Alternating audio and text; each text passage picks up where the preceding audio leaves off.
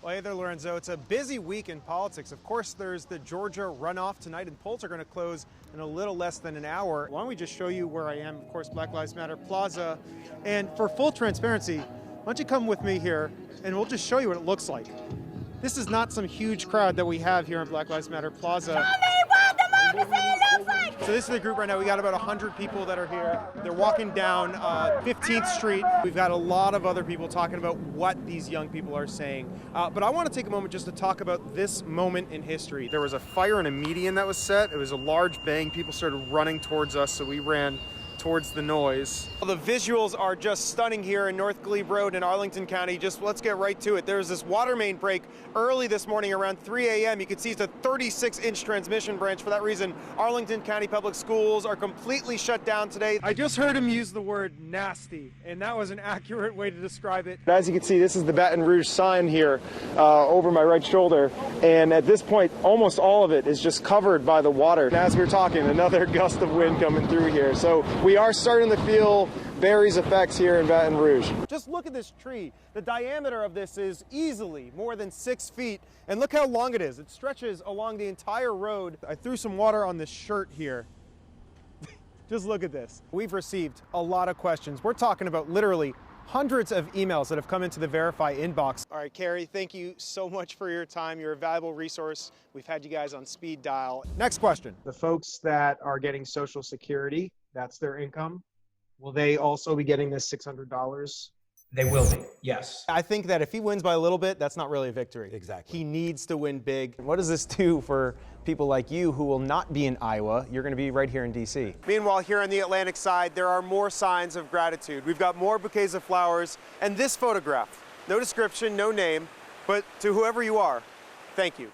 If you've been in this city for a while, then you know that law enforcement is always a presence in this city, especially for big events like inaugurations. But the mayor is calling for more federal support this inauguration than ever before. It will be remembered as a seminal day in American history. Mayor Muriel Bowser speaking on Monday morning, renewing her calls for increased security over the next couple weeks, repeating requests made in this letter to Acting Secretary to the Department of Homeland Security, Chad Wolf. This inaugural planning period has to be very different than all the others. Meanwhile, a heavy security presence at the National Mall. The National Guard telling us some 6,200 Guard members are already here from D.C. and 6 other states, with more to come. Army General Daniel Hokanson, the chief of the National Guard Bureau, said they've been authorized to provide up to 15,000 Guard members for the inauguration. Mayor Bowser asked if she's worried leading up to the inauguration. Am I scared? If I'm scared of anything, it's for our democracy, because we have very extreme factions in that country that are armed and dangerous. Mayor Bowser is also requesting FBI briefings every day from today through January 24th, as well as requesting that the Department of Interior cancel all public gathering permits for the next 2 weeks. All of this amid security concerns here in the nation's capital. Well, Larry, at this point, it's back to normal traffic here. This was one of the first spots where we saw action. Around 6:30, we were with groups that were here. Now what's left behind, just the chalk that was showing that at some point there was some sort of protest going on here. There are tons of visuals we need to get to here and all around this general area, but we need to start over on 14th Street and C Street. Rise up till it's won. Media, out of the roadway.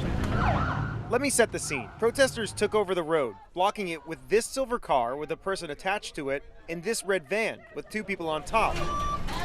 Eventually, it was towed away. The people were still on top of the van. They are here to hurt us. Things got a little testy on the sidewalk. Step back, step back, step back. Then police removed a blind man from the passenger seat of that silver car. Eventually, they were able to remove the other man from that car. 2 blocks away, another chaotic scene at 12th Street. Protesters took over Independence Avenue. The earth is on fire. Their message? Action is needed. Well, we're here barricading Independence Avenue to show that business as usual with climate change is over in Washington, D.C. Social media is full of photos, videos, and information about these protests across the country. And here on the Verify team, it's our job to dig through it all and find out what's real and what's not. First, let's talk about tweets like this, which have gone viral. Heard earlier they found pipe bombs at the Korean War Memorial. To find out the truth about this pretty scary claim, we went straight to the Park Police. They sent us this statement, quote, "We were advised that a tweet said that there were pipe bombs at the Korean Memorial. The memorial and all adjacent areas were swept by explosion detection canines with negative results." Translation, no pipe bombs were found, and this rumor is false. The pipe bomb rumor seems to have started with this Twitter account, Jack Posobiec, from the One American News Network, that's been retweeted some 32,000 times. He offered this response to criticism about the pipe bomb rumor, writing, "I stand by my source." Next, this video, uploaded to Twitter, captioned, "Rioters and looters invading homes in DC." They're going inside someone's home? Now, out of context, this video can be pretty scary stuff. So let's stick to the facts. First, our researchers were able to trace back the video to the night of June 1st on Swan Street near Logan Circle. I was on the top step and I flung open the door and just started grabbing people and just saying, "Get in." That's when Raul Dubé, the homeowner, welcomed dozens of protesters into his home to wait out the curfew.